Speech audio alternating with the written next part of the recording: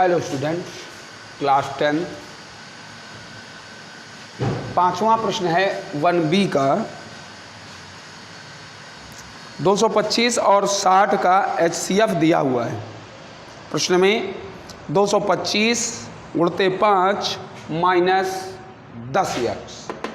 225 और 60 का ये HCF ये दिया हुआ है।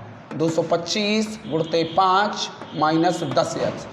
x का मान ज्ञात कीजिए। प्रश्न कह रहा है x का मान ज्ञात कीजिए।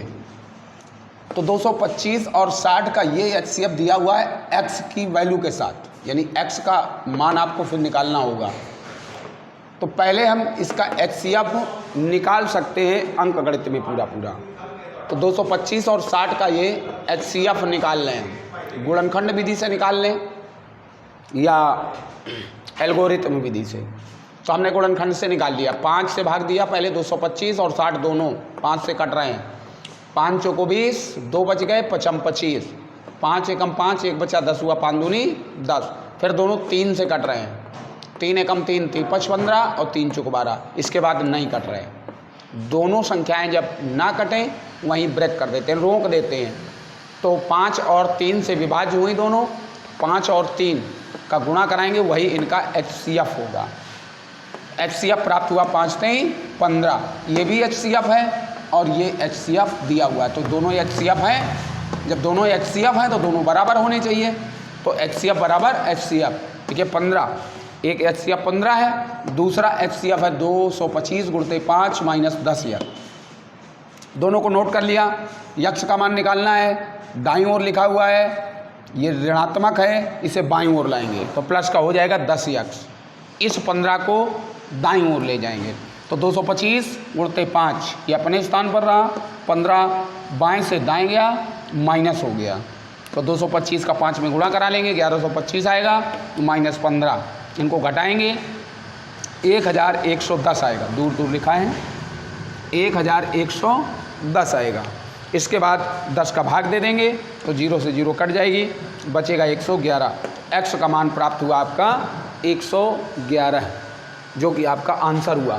सातवां ट्रीज विधि लिखी हुई है और इसमें किसी ब्रैकेट में y, किसी में x और इन्हीं का मान ज्ञात करवा रहा है। कह रहा है x और y का मान ज्ञात कीजिए। तो ये आप देख रहे हैं फैक्टर, यानी गुणनखंड विधि चल रही है। अभाज्य गुणनखंड ट्रीज विधि है। तो आप देख रहे हैं y के गुणनखंड कौन कौन से हुए, 4 और x, यानी 4 गुणते x। लेकिन x के गुणनखंड कौन हुए, 3 गुणते 7।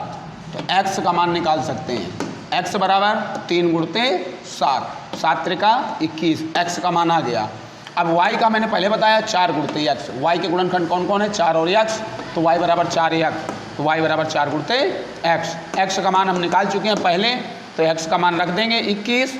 तो y बराबर 4 गुणते 21, 21 का गुणा 4 में कराएंगे तो y बराबर 21 चौको 84। तो आंसर प्राप्त होगा x बराबर 21, y बराबर 84। x बराबर 21 और y बराबर 84। इस तरह से x y के मान ज्ञात कर लेंगे। और बिल्कुल पाँचवें की तरह एक सवाल आपका आठवां है। कह रहा है 18 और 117 का HCF। 18m माइनस 117, तो यम का मान देखिए, उसमें माइनस 10x कहा गया था, इसमें 18m माइनस 117। तो जैसे हमने इसमें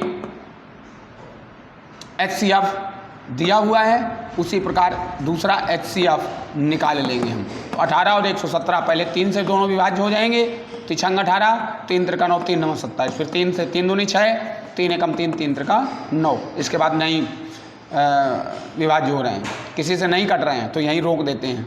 HCF हमारा होगा 3 गुणते 3 बराबर 9। तो HCF बराबर HCF। तो 18m माइनस 117 बराबर 9। एक तरफ 18m माइनस 117 रखेंगे, ये भी HCF था। दूसरा HCF इन्हीं संख्याओं का 9 था, तो बराबर 9 करेंगे। ठीक है, 117 को बाएं से दाएं ले जाएंगे तो ऋणात्मक से धनात्मक हो जाएगा, यानी माइनस था प्लस हो जाएगा। तो 9 प्लस 117 इनको जोड़ लेंगे, 126 हो जाएगा। 18m बराबर 126, यम बराबर 18 का भाग दे दिया, 18 सत्ते 126। तो यम का मान ज्ञात हो गया 7। इस प्रकार से जो भी मान हमें निकालने होंगे HCF और LCM के, वो सारे मान ज्ञात करते चले जाएंगे। आगे कई सवाल इसी प्रकार हैं जो ट्रीज विधि हैं। जैसे लास्ट में एक 14 नंबर पर है, उसमें यक्स का भी मान ज्ञात करवा रहा है, वाई का भी मान ज्ञात करवा रहा है और जेड का भी मान ज्ञात करवा रहा है। तो ये गुणनखंड विधियां हैं और इन्हीं से प्राप्त करते चले जाएंगे। ठीक है।